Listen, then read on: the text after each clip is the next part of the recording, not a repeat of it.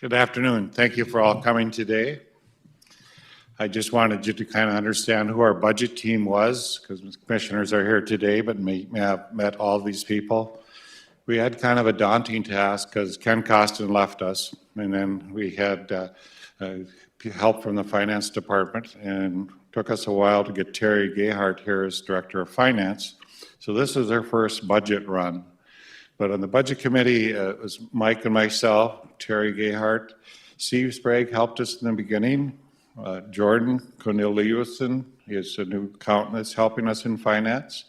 Susan Thompson came from the Fargo Dome and helped us out, and she actually restructured how we do some things that I think is more efficient and kind of helps us figure out things. Bruce Grubb helped us a lot with capital costs, and Mike did a lot of the personnel advancements of who we changed. We also had some great help from the HR department. Jill Manette and Camilla Van Dyke is what were helping us in the PEC evaluations and going through the market studies that we had. And then Greg had Ty last year, so this year he did it all by himself, and he worked very hard on this, so worked vigorously. So if you saw some lights on in City Hall, that was Greg working on my presentation. So if it's perfectly clear and looks great, you can thank him, and if it's confused, it's probably me, basically. So today's presentation is designed to be informative and filled with current detailed financial data. It also highlights the stories of our current success and anticipated achievements in 2023. Fargo is on the path for continued success, and I am looking forward to a promising 2023 working with you and our staff. It is important today to recognize the process that went into the draft of this preliminary budget of 2023. Department and division heads worked very hard to submit their request by early May. After that, the budget team assembled the request and began its review.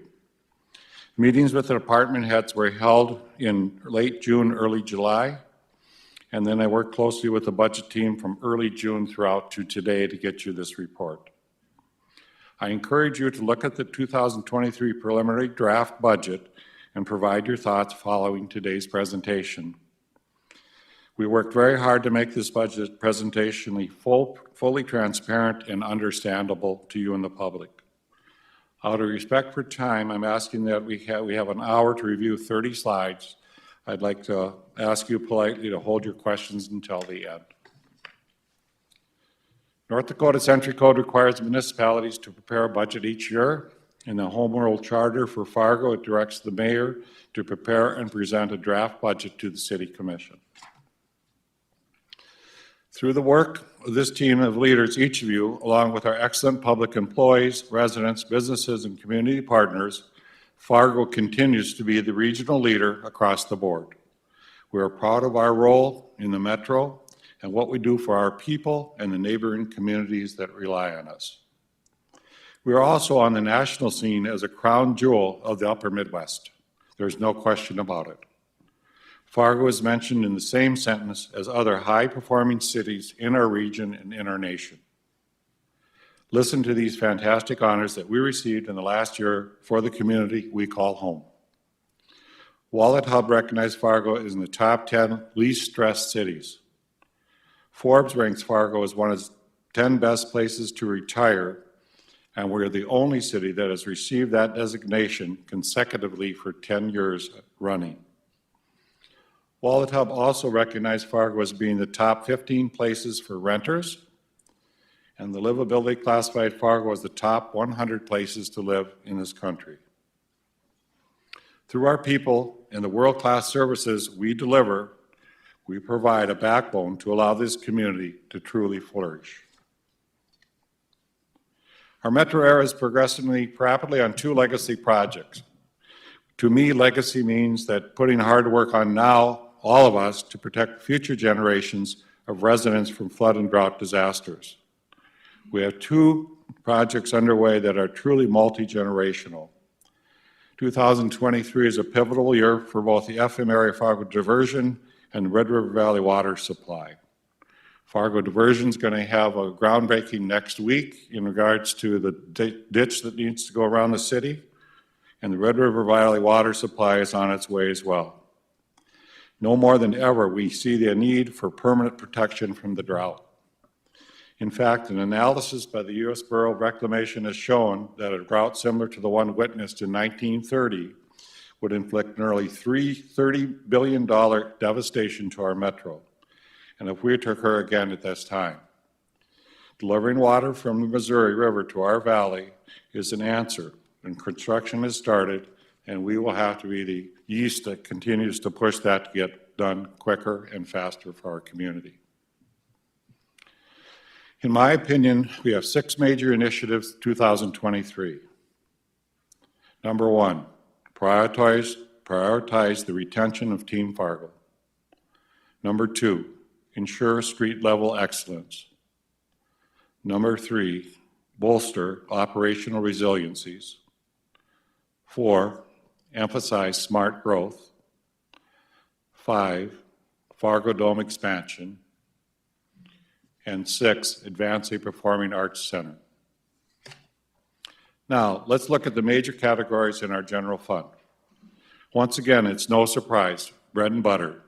The core of what makes us great are the people of Team Fargo. It takes people to serve our residents well, and over 75% of our general fund is invested in Team Fargo employees. Salaries and benefits of our staff are the key to successful services provided by the city. About 24% of the general fund goes through operating expenses, and 0.3% is invested in certain capital project funding efforts. Let's talk about the personnel expenses section first. In this photo, you'll see Jody at the water treatment plant offering fantastic service, day in and day out. This happens all throughout our organization constantly. We continue to guide by 3 core principles of our team: recruit, reward, and retain. It's critical to the success of Team Fargo.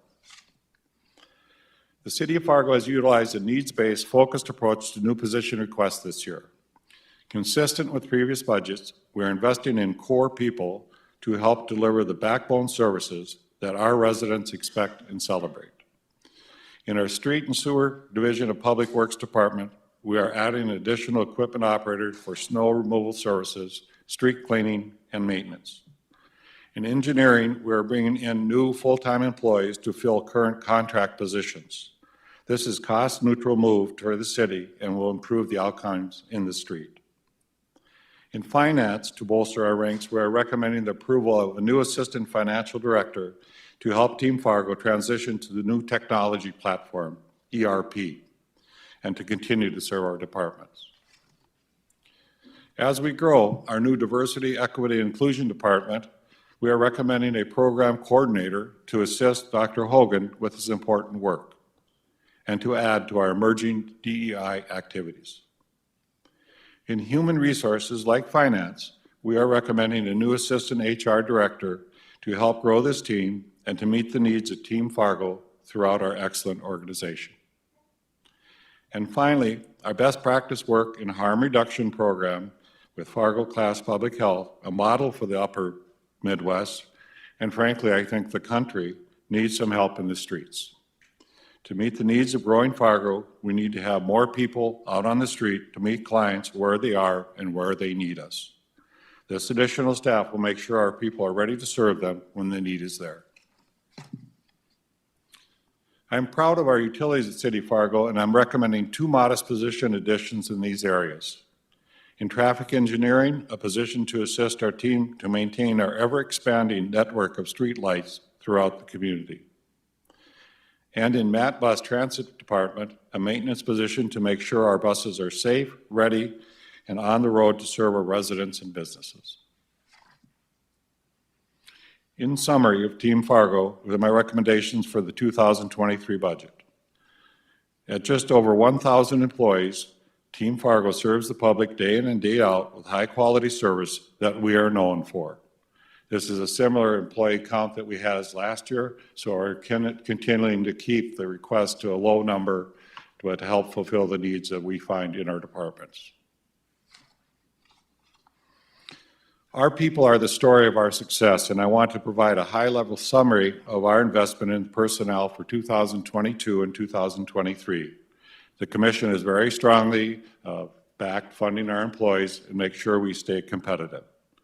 In this table, you will see the new general fund employees we have added in 2022 and 2023, along with a competitive wage adjustment provided in both years of 3.5% each year.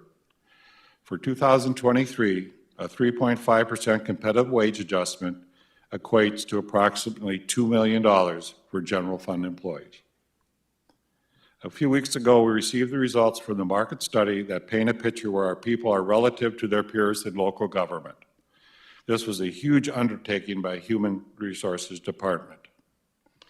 In addition to implementing portions of this new market study, we are also moving forward with steps on our employees' anniversaries and reclassifying positions when workloads increase and corresponding responsibilities. As you will see through the totality of these substantial investments, we are taking care of our people today and their future tomorrow by retaining our talent and sending a clear message. You matter to Team Fargo. This slide illustrates a strong history of building up and bolstering our public safety teams. Here's an interesting fact. Nearly 25% of the Fargo Police Department's current full-time staff members have been added in the last 10 years.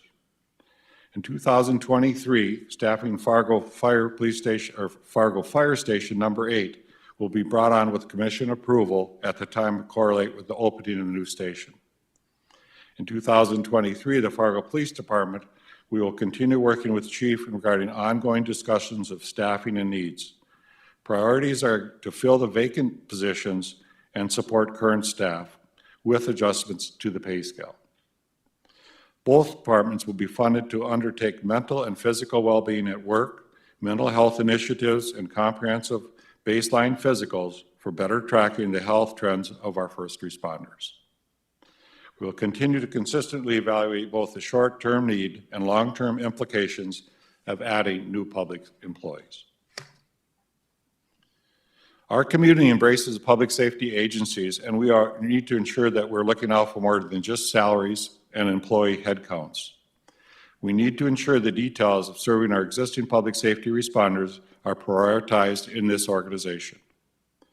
In addition to the items just mentioned, we are proposing an allocation of over $300,000 in CARES public safety one-time funding for immediate and long-term needs for our two public safety agencies, ranging from wellness care to our existing personnel to facility planning efforts. Now, let's review the operating expenses section in the budget. In this photo, you see Daryl, our water mains and hydrants foreman, performing hydrant flushing in one of our neighborhoods. We're working for you always. Before I get to the big picture overview, we wanted to get a few highlights in the operating expenses which are unique and new. Downtown Engagement Center, nearly $500,000. Suicide prevention with Fargo County Public Health and FPD. Conducting smaller market studies in human resources each year instead of waiting a few years to the organization-wide assessment. We are also tracking inflationary measures and other aspects that are impacting our operating budget this year. Fuel and energy is up almost $500,000. In this slide, you'll see the changes proposed within each department's operating expenses. This is additional expenses from the baseline line that they have. Over $3 million in additions is recommended for funding. You can see how each department has been addressed. These numbers are the result of considerable forensic review by our budget team. For the three highest department increases, the streets department, $427,000 increase largely reflects new snow removal contracts, cleanup week, and increased fuel costs. In the Fargo Police Department, $407,367 reflects a higher fuel cost for our squad cars, which are driving around town 24/7. The mental health initiative we mentioned previously, and annual software subscription fees. In social services, you will see an increase of $346,421 for the harm reduction services. In the prior 2 years, this was funded via COVID-19 funds, and this is the first year you will be seeing this cost in the general fund budget. This is the third year of our 3-year community engagement involvement. As you know, we have 2 seasons in Fargo, winter and road construction. We need to fund heavy equipment to make these world-class services possible. So now it's time to get into the capital expenses section of your budget. Now, just so we're all on the same page, it is important to remember that we have a number of different capital funds. It may seem like a lot, but the reason is how these expenses are funded. That is, we try to match revenue streams with the ones that are funding capital. Before, we used to have it more in a lump sum, and it was not as clear as where that was coming from. There are essentially 2 categories of capital funds: non-enterprise capital and enterprise utility capital. In the city of Fargo, we have 4 separate non-enterprise capital funding, and we have 10 separate enterprise capital funds. Again, it's based on sources of revenue, and particularly in respect to enterprise utilities. There's a certain amount of money that does reside in the general fund for capital. That capital in general fund tends to be more operating in nature as opposed to capital that tends to be a one-time buy. And for that reason, in 2018, we created the separate capital fund, Fund 475, for capital items, including vehicles and equipment, that were more than a one-time in nature. Also included in equipment and vehicle replacement that formerly resided in the general fund. It helps us to help with the annual fluctuation of capital dollar amounts in the general fund. Otherwise, oftentimes you see your general fund go up and down because of our capital investments. In this slide, you'll see the recommended non-enterprise capital outlays based on the fund's purpose. In the General Fund 101, the Parking Replacement 241, GIS Development Fund 403, and Capital Equipment Fund 475, which you can see is the largest cost that comes out of that. There are some highlights of the recommended capital items. Throughout COVID, we saw the importance of virtual conferencing, and we are expanding that in this budget so we can better handle people who want to be virtual. There's a new motor grader for expanded snow plowing zones. We are integrating more city utilities with our unified GIS system, and facility improvements are across the organization. And of course, the budget team's favorite, a Zodiac boat for the Fargo Fire Department. Denise is going to take a ride in it someday. A few years ago, we started asking department heads to provide a better 5-year capital outlay schedule in an effort to get a better handle on the building needs and requests citywide. This helps the budget team see the big picture. It also helps us to be more efficient and get a timely capital budget. Since building-related capital is usually reserved for larger expenses and are typically financed through a bond sale or a loan, we thought it made sense to categorize these in a debt finance capital. The thought was to treat these requests similar to the state's revolving loan fund, where each year you submit projects which you are considering for loan financing, and it gets placed on, it's called an intended use plan. Once upon the IUP, it doesn't mean it's funded, but the SRF loan program could be used as a planning tool and knows what requests are out there. To actually receive the funding, you need to submit a follow-up application to be reviewed and approved before it's funded. We would like to operate similar in Fund 402. So what you see in our budget is a version of debt service capital intended use plan. Ultimately, those that would be subsequently approved for funding would be financed through a bond sale or loan with an annual debt requirement. So on this slide, you'll see the first 6 enterprise capital funds and recommended capital funding amounts included in the 2023 budget. Water Utility Fund 501, 521 Water Reclamation Utility Fund, 531 Solid Waste Utility Fund, 450 Water Sales Tax Fund, 455 Water Reclamation Sales Tax Fund, and 570 the Fargo Dome Fund. So this kind of breaks it out so each of you as commissioners know when we're doing these capital investments, which fund we're taking it out of. And as you can see, it probably goes to that particular utility or particular Fargo don't fund, and that's where we put our expenses. On this slide, you see the remaining 4 enterprise capital funds and recommend funding spending. The 524, which is the Stormwater Utility Fund, the 528, which is Street Traffic Utility Fund, the 541, which is Forest Utility Fund, and the 552, which is the Transit Utility Fund.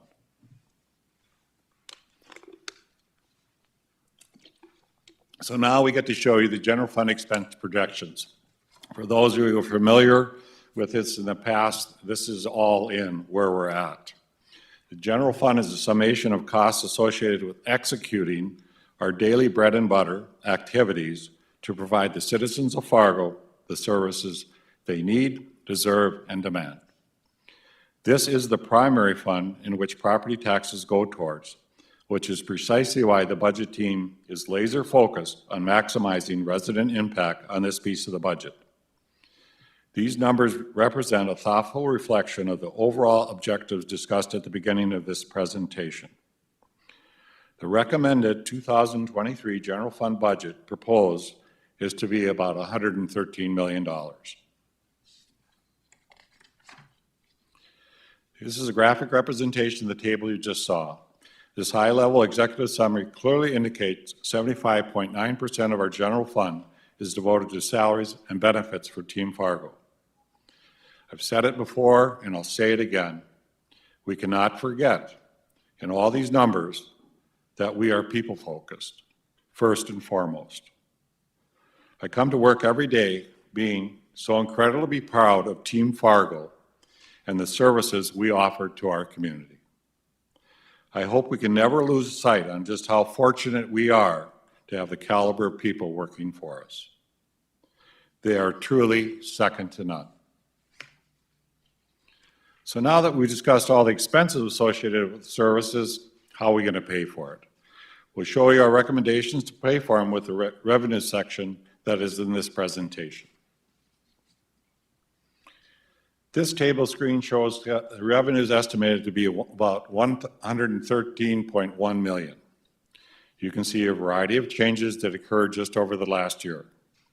We are seeing an increase in property taxes, in which we discuss in a minute. State aids are projected to increase by over 30%, which is very beneficial to the budget. We acknowledge and appreciate our partnerships in Bismarck and across the state that have made this possible.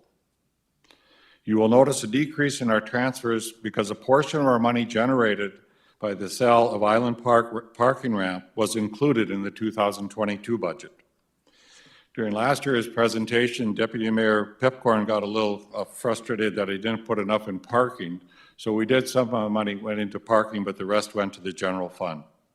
It was a great suggestion to help out our parking, but it also helped out our general budget, but that's one of the reasons our numbers are down as far as transfers in. Again, this is a graphical roll-up of the high-level executive summary of the city's estimated revenues for 2023 Fargo General Fund. As you can see, property taxes are an important component of this revenue picture, but what may be surprising to some is that property taxes do not amount for even half of our general fund revenues. We are well diversified in this and other areas. Fargo continues to be a regional leader, especially in regionalization of utilities for our metro. We are proposing increases in our utility fees this year. We need to. We are seeing hefty increases, nearly 25% in the fees for chemicals, equipment, and supply costs associated with operation of our utility systems. Energy costs are up 45%. As a result, we are recommending 2 increases to resident customers. The first one is a $2.50 rate increase in water rates for the average resident home. The second is a $2.50 rate increase for water reclamation fees for the average resident home. These charges will amount to an increase of less than 10% of the average homeowner's monthly bill, even though our costs are increasing by a much higher percentage. How did we do this? We did it by regionalizing our utilities with neighborhood communities and maximizing the economies of scale. If you compare us across the state, we have some of the lowest utility rates throughout the state and in the metropolitan area.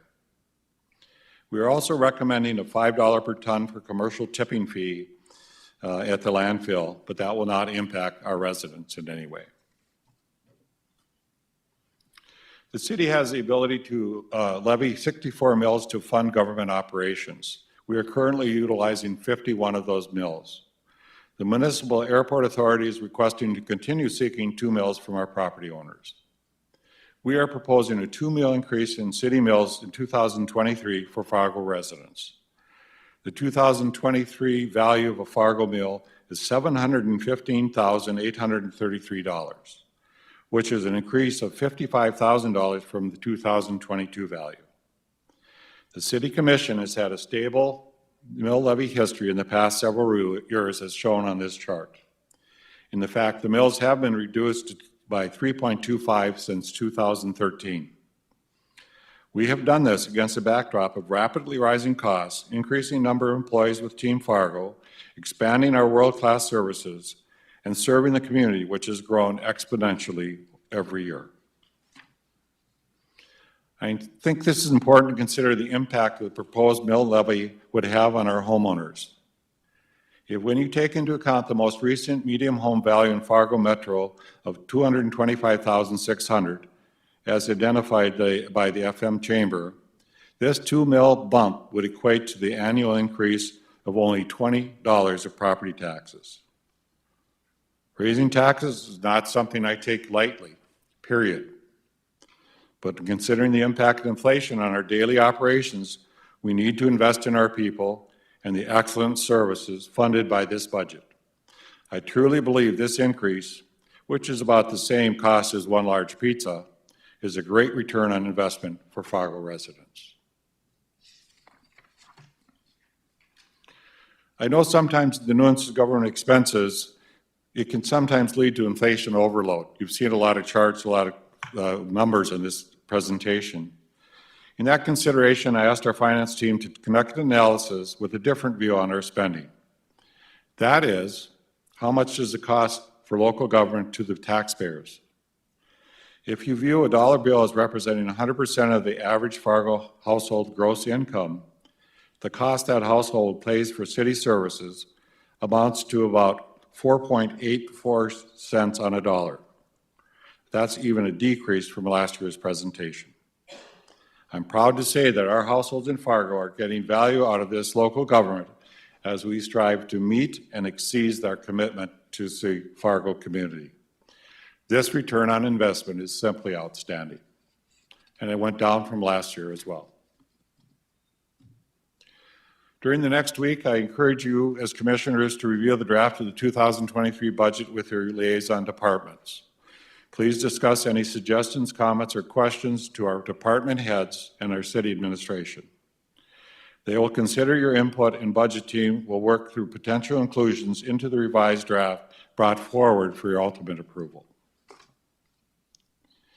I would like to conclude by acknowledging that Fargo's history of success really belongs to those who make this all possible. Our residents, our businesses, our community partners, our neighboring communities, and our visitors. We are grateful and honored to be given the opportunity to lead this community and provide it with high-quality services it deserves. As a team, let's work together to get this budget done and to deliver to the Fargo community for 2023. Thank you for your attention today, and now I'm ready to answer any initial questions or comments. Commissioner Strand. Thank you, Mayor. I'm just curious about I have several comments or questions, but and I'll alternate them with other commissioners. If you're showing a 14.2% property valuation revenue increase, do you have a breakdown of how much of that is commercial, how much of that is residential, and how each of those categories would be rising? Terry, you want to take that? No, not at this time, but we certainly can provide it. Okay. The 8.8, John, part of its growth and part of its inflation, in a sense, is what happens on the mill levy. So what I do know is that half of it's growth and then half of it's inflation in a sense. So we've had some growth, so then our valuations have gone up in a sense. And then you also have, some people have been reassessed their value. And typically it comes out 50-50. Terry probably doesn't have that one. Susan, did you have anything different to answer on that? Or? Okay. Break that down. Commissioner Preston. So I'm looking mostly at the salary adjustments, thinking about the cost of living actually looks like it's probably around 6% increase, looking at probably a national type number. However, understanding the county, I believe, went up 8% or something in their salary adjustments. So it's difficult to tell here exactly what you're proposing for a cost of living adjustment, whether it's the 3.5, or if you look at the overall salary increase in the budget, it's 4.1. Looks like we're going to fall behind a bit. I would say, you know, should we consider something greater than a 4.1? So when we look, and I'll let Mike get into this as well, what the county did is they made a market adjustment, cost adjust, everything in one lump sum. Okay, they didn't do a COLA, they did an 8.1 to correct a lot of different factors that they have there. What our HR department did is they did a market study of all our departments, and we put those in there. What we did on the PEC committee, we went through individual departments, and there were some things in which jobs changed, responsibility changed. So where we landed on all of this, because if you look at it, it's $2 million for the COLA, plus it's all these other factors in here that almost pick us to $4.5 million that we're putting into employees. So we broke it down a little bit. So we did general reclassifications. What that does is that actually those people go up in salary. And then annual steps, those will go up in salary. So it was 782 last year, and now over $1 million. And then the market adjustments, we only did 50,000 last year. We did 287 this year.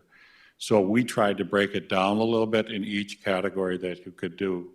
The market studies were very thorough. They went through those. We had a lot of discussion on those, and there were a lot of different requests on those. But we've always felt we should stay with market. And county has not stayed with market. Fargo, I think Dave and I would concur that we've always tried to stay with market or a little ahead, because if you're a little ahead, then it's easier to recruit people into our departments. Mike, did you want to comment? I would just add, as this slide illustrates, thanks for the question, Commissioner Preston, the 3.5% now is a 2-year pattern. We've not had that kind of pattern in the past, so to go back-to-back 3.5, we feel good about that. But to be able to keep up, that market study is important, and as the mayor said earlier in his slides, the ability to have more regular market refreshes will be a theme that we want to revisit. We had great PEC meetings last week and this week, reclassing, as well as doing some market adjustments where warranted. But total compensation here is one that we look at. So the piece we didn't talk about today would be health insurance as well. We're continuing to work with Blue Cross Blue Shield on our health insurance premiums that came in under our budget target. So that's good news as well. And then the other thing we didn't talk about today, but and it's not in this slide deck, but our part-time staff as well. We continue to look at part-time salaries and wages. And then there's a couple of additional part-time positions added for the library, for example, that wouldn't show up in this slide deck, but would be a part of the story and narrative this year. So to the mayor's point, it's a total package of compensation that's sourced both from reclasses, market, COLA, and step increases. And thankfully, a good majority of our people still receive step increases as well as the cost of living. Are we going to get a copy of the market study? We can provide that, absolutely. It was delivered here in the That last would be 2 to 3 good. weeks. I'm assuming it didn't look at every position, so Correct. there's going to be some that are adjusted based on the market study. And whether this 4.1%, that's what I'm focused on, really reflects. Certainly for some of those positions, we may be overpaying, but most of them, I'm assuming, are underpaid compared to the market study. So we're not even close to the cost of living of 6%.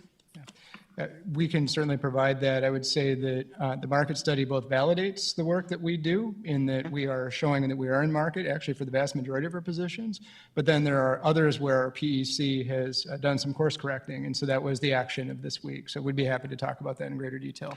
So every department head can bring PEC requests to us, just so we understand. If they're out of market, Ben Dahl brought in his problems with a certain class of people that he brought in. We do a market study and that's addressed. Department heads are basically responsible in some ways to bring those issues to us. What Jill did, and Jen's here, we did a market study that the commission requested. So we think we're very current on market right now. So they could get a combined 6%, they could be 7, 8%. It's a 3, 5 plus whatever that market adjustment is.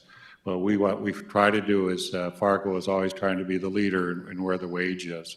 And so you will find us in a market competitive study, we should be, in the government area, we should be the top dog.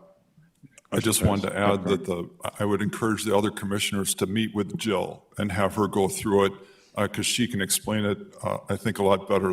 And it's very complicated, but each department has gone through in the markets. It's a very good study, but it's to have her go through and kind of talk about, I'm on the PC along with the mayor and Mike, and so it's, but to have her go through it with you would be able to answer a lot of questions, I believe. So I would encourage you to, if you want to. Thank you.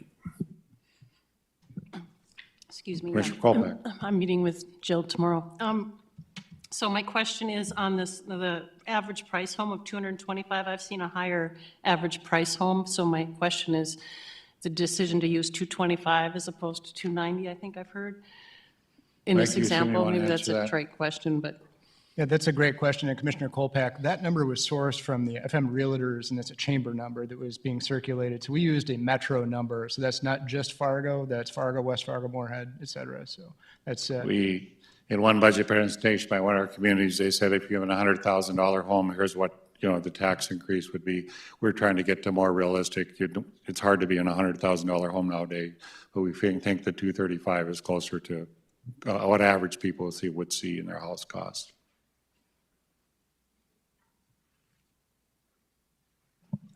Commissioner Preston. One of the items that certainly, we don't have the detail here because this is an overall presentation, but does the budget indicate the ARPA money, that 11 million? I'm concerned that we've had a couple of recent projects that have come in, which we've approved.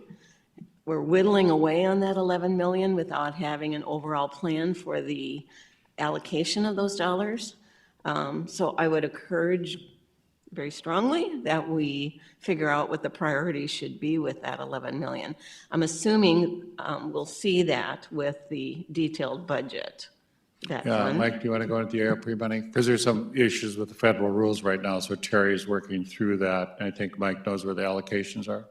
yeah, that's correct. Our Finance Committee has most recently talked about ARP and CARES allocations for the dollars that remain. We'd be happy to talk about that in greater detail in our next discussion with the budget, but our allocations are quickly dwindling down. We don't have a lot of unencumbered funds at this time, and so we do have some funds that remain. We'd be happy to get that breakout detail. That's not in the packet today, but we'd be happy to discuss that in greater detail. So Commissioner Strand, we have a $250,000 allocation to arts culture. There's a debate by ARP on this right now, so we're trying to get that released. There's other allocations that were made, and we'll report back on that, but the ARP money is allocated. It's just that some of it has not been released.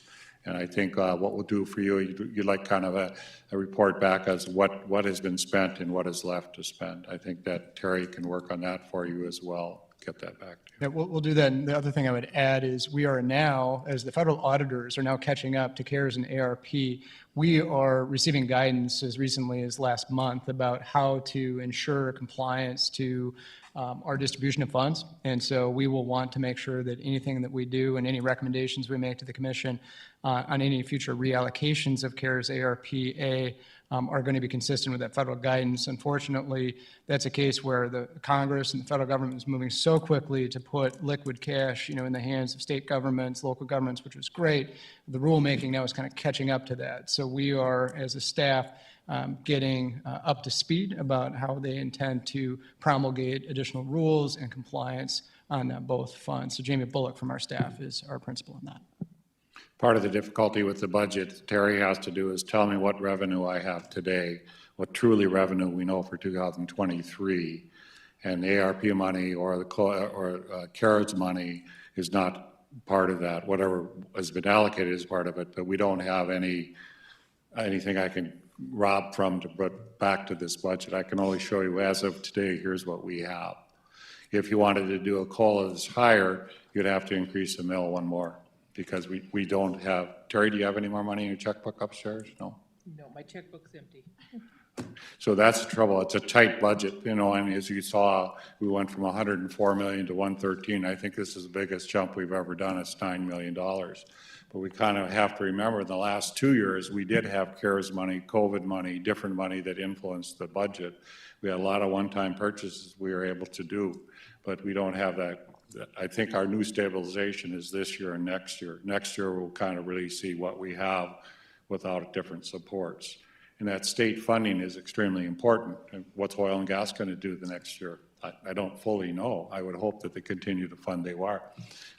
Prairie Dog Fund, we got funded at 2.5 million. Next biennium, it's going to be 24 million. That's a huge jump for engineering. That's a huge jump for our infrastructure. It'd be nice if that continues because that really helps us in our infrastructure cost. But what if we don't get it? Then what happens? Then how do we manage our infrastructure? So what I'm trying to show you today is this is what we have as our predictions for next year. This is what we have as our expenses for next year. So if you're looking for different ideas or suggestions, just concur that remember this is as far as we can see all the revenue we have, and that's where we sit. Expense-wise, you can knock off some programs or do something to programs to trade me one for the other, but it's really hard for the team. Susan did a great job. She went back to everything. And now we had almost everything categorized, which in the past we haven't. And we also stabilized how much is fuel going to cost. Well, we did it the same for everybody. We didn't do it for, Ben comes in and says, Public Works, it's this much we think it's going to cost. We did the same ratio for everything. Now, gas prices could go down. We had a $1 million savings last year because it was the way he contracted things. I don't know how we'll do this year. I think it'll be harder to do that with the present gas prices. But as you know, John, he got a pretty good price when he talked to us the other night when he explained that. Commissioner Strang. Thank you, Mayor. Some of my questions, thank you, have been addressed by my peers here. I was wondering about COVID funds and the status of them, which we'll learn more about. I was curious about the average price of homes relative to purchase price or assessed values. Just so people see a number that they can relate to, that it looks like it's not skewed too low. I was curious about prairie pothole funding and prairie dog funding from the state, and if there's any other initiatives coming. My biggest concern, and Commissioner Preston alluded to it, and I think we need to be prepared to have more cushion for our personnel if the economy keeps going the way it's going. We need to anticipate that we've already had departments come to us. We have departments that are having trouble retaining, hiring, and recruiting employees. I just don't want us to be caught behind an 8 ball. And after the fact, when people are moving with their feet and leaving us, then realizing we have a problem. So if we can find a way to get an additional cushion in there just in case. For example, you have police department requests, we have vacancies, but as we fill them, if we get to that point, we might be prepared to add more, or in other departments. But that's my biggest concern, is the personnel benefits and salaries and wages, and if we've got contingencies for trends continuing the wrong direction. My last question at this moment is, I'd like to know the status of our reserve funds, the trends and the balances of our reserve funds. Terry, where's the reserve fund today?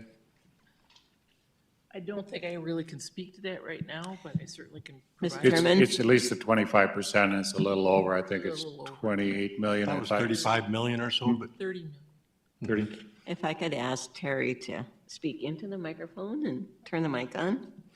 Yes. I think Greg's done it for me. Our current fund balance in the general fund is $30 million. And John, I think that's a percentage-wise. You got to remember the 113 now. We have to be 25%, so we're about 27%. And lastly, I suppose we'll keep an eye on people's abilities to pay their taxes if we see any concerns that they're sliding behind or not as revenues are coming in. So two things that have an impact the budget is we don't have the final price on health insurance, so that's one thing. And to Alette's concern is oftentimes your health insurance, you may go up in wage, but if your health insurance goes up, you basically could go backwards. So yes, we're going to look at that very closely. But I want you to remember, if we just did a COLA, that's $2 million. We did $4.5 million in salary this year. So we did try to take that when you do your market study and when you do changing of different people and their job recommendations, that's what's all in here. So our theoretic COLA, if you just did a COLA and didn't do all these other things, could be 7-8%. You know, it really depends on what you did. What we're trying to do is you don't do a broad brush. You do each department, you change their salaries according to market, and you have to go to market to look to that. What took Joe and the team so long was to get all that data in and who you're comparing yourselves to and what's going on.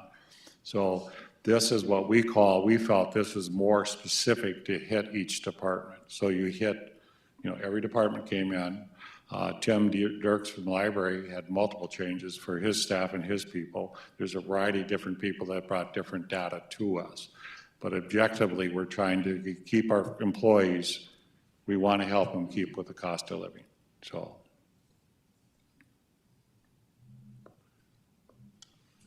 Commissioner Strand. I'm just curious too, I'm thinking we'll probably see the trends relative to tax incentives and status of tax breaks, TIFs and pilots, and I'm assuming our growth in revenues is a chunk of that is properties coming onto the tax rolls. Yes. So that's something I'll look for in here as well as a breakdown of that. We can provide that, Commissioner. Thank you. I will absolutely do that. So if you remember, the tax assessors came to us earlier in the spring and we had an 8.1 change value and it roughly half, and we'll get it more precise for it was growth and then half was inflationary houses. You've heard from the public oftentimes, somebody might say, my house went up 10%, 6%, 8%, whatever. But on average, that's what we will show you what happened in that market. And for our new commissioner, our assessors go around the city in 5 different segments. So oftentimes they'll start one segment, they may not get back to you for 4 years. So the reality is sometimes there's blanket where they say in the community, we think the blanket prices are going up. But when they specifically go into your neighborhood and say, Denise, we'll look at your home if you want to assess your value, that's when it happens. Only 20% of homeowners allow anybody into their house to look at them. So Commissioner Strand's concern has been at 1 year we went 12% in value. And that year we dropped 2 mils is how we reacted to that. The difficulty we have with the budget this year is inflation. Inflation really hits us, and that's much harder to deal with. If inflation is more stationary, I don't think we'd have jumped to 113. I think we would have been in a lower amount. My concern is what happens from this year to next year, and that's going to be a telling time the next 12 months. Well, I'll continue. You maybe touched on this, Mayor, but it looks like so much data. What keeps you up at night? What is it you're most, and you maybe hinted at it, but what is it you're most worried about? So people see what's in the back of our minds, your minds about you, because the mayor sets our budget and the commissioners approve it and affect it. But what's your biggest worry and concern as we're going forward that is lingering out there that we need to all be aware of? Well, it's that balance. You want to keep your employees paid well so they'll work with you and you could retain them. I think that's a much bigger challenge than it used to be.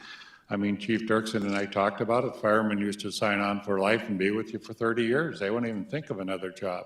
People have choices now. They can go other places. So you have to keep your wage competitive and you have to be able to retain your employees. And the other thing is we have some jobs that aren't a lot of fun. So it's sometimes hard to recruit and retain those people. What you've seen is shift and change in the city of Fargo, our roles as commissioners and mayor is to value our employees and retain them. And I think, John, you're into that too, is we want to make sure we retain them. I remember a few years ago in which our wage went up 2%. Our health insurance went up 20%. Every one of our employees went backwards. There was just no way they could stay with that. The commission decided to give an extra 10% we would take in paying the premium. We went from 70 to 80. That helped to offload that. But I love your questions today, because that's the question. Are we keeping with the market, and are we going to keep our employees happy? And I just think it's a tough year, this inflation at 9%. Who would ever predicted that? Let's go back to that, 3 or 4%. But Terry likes 9% because she gets more interest, but the rest of us don't like it. But I think that's what concerns me. And the other thing is that I've got great people working for us. I could, and our new commissioners discovered that as well. We have department heads that look for ways of saving money, doing things more efficiently, working around different things. Oftentimes, Dave and I have gone out and seen some stuff. Hey, I got this idea. Let's try this. They try it, and it saves us money.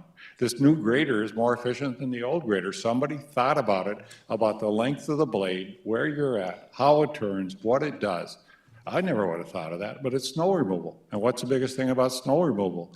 Me as a consumer, I want you in my cul-de-sac, at 7 in the morning or 6 in the morning, so I can drive to work unimpeded.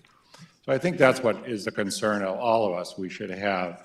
One is getting great infrastructure. You continue to want great infrastructure because that's what the people really love, is great infrastructure. 2, you have safety as a concern, and that's what we're trying to, what's the balance? Now, Chief has come to us a variety of different plans of how many police officers we need. Well, we got to fill our vacancies, fill it up, and then do the things we want. And to Commissioner Preston, we want traffic control. We don't want all the speeding, all these different things going. That's a lot of what the people want. So we as a team have to respond to what the community wants and fulfill those. And that's where I think we have to think about. Again, I just wouldn't mind if the commissioners would give the budget team a round of applause. They worked really hard on this. They were stressed a few times. And we even had to have Jordan go out to the concert last night so she would cool off a little bit.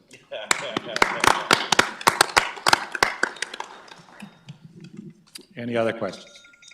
Mr. Can I President? just ask when the detailed budget will be available to us? Greg, when are we going to have that out? Their booklets? Up.